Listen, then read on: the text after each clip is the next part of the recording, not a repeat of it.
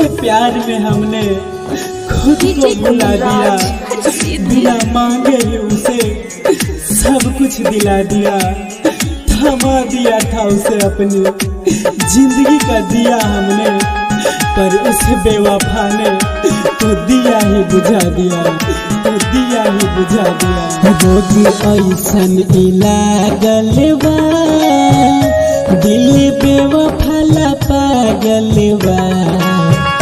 रोगी ऐसन लागल बा, दिल बेवफा ला पागल बा। जवन चल गइले हमरा से दूर, अखिया करेला जागल बा। जवन चल गइले हमरा से दूर, अखिया करेला जागल बा। रोग ऐसन लागल बा, दिल बेवफा ला पागल बा। रोग ऐसन लागल बा। तू छोड़ गई मुझको, पर तेरी याद दूर नहीं जाता है। और ये दिल साला कितना पागल है, जो आज भी तुझे भूल नहीं पाता है, आज भी तुझे भूल नहीं पाता है। पासियावेला ना बतियावेला ना, दिल होवे पागलों के भुलावेला ना,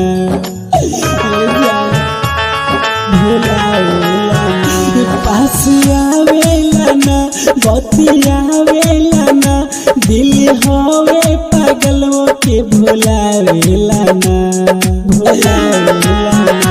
काहे हमरा के दिल थका घाव अभी जागल बा। काहे हमरा के दिल थका घाव अभी जागल बा। रोग ऐसन लागल बा, दिल बेवफा ला पागल बा। रोग ऐसन लागल बा। पहले तो ऐसी हालत न थी मेरी, तूने आज मुझको इतना रुला दिया।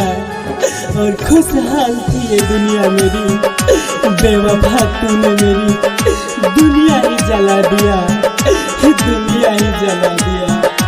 गई दिल के दुखाई, साचो हम के रुलाई। राइटर राहुल लब के गईले के भुलाई, राइटर राहुल लब के गईले के भुलाई। गई दिल के दुखाई, साचो हम के रुलाई। राइटर राहुल लब के गईले के भुलाई, गईले के भुलाई। राम कविया तब माने लाइकी, भइल का पागल बा। यादव रामदेव माने लाइकी, भइल का पागल बा। रोग ऐसन लागल बा, दिल बेवफा ला पागल बा। रोग ऐसन लागल बा।